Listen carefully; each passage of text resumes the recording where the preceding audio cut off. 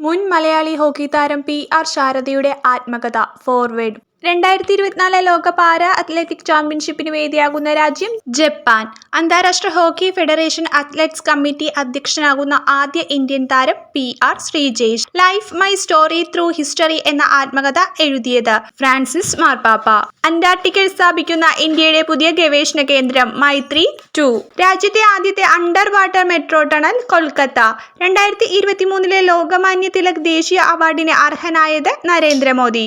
2024 ചാങ്ങി 6 എന്ന ചാന്ദ്രദൗത്യം വിക്ഷേപിക്കുന്ന രാജ്യം ചൈന.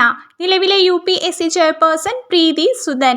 2023 സമാധാന നോബൽ പുരസ്കാര ജേതാവ് നർഗീസ് മുഹമ്മദി ഇറാൻ. 2023 മിന്നൽ പ്രളയത്തെ തുടർന്ന് തകർന്ന ചുങ്താങ് അണക്കെട്ട് ഏത് സംസ്ഥാനത്താണ്? സിക്കിം. നിലവിലെ കേന്ദ്ര വിദ്യാഭ്യാസ മന്ത്രി ധർമ്മേന്ദർ പ്രധാൻ. 18ാം ലോകസഭയുടെ ആദ്യ സമ്മേളനത്തിൽ പ്രോടൈം സ്പീക്കറായത് ഭർതൃഹരി മഹ്താബ്.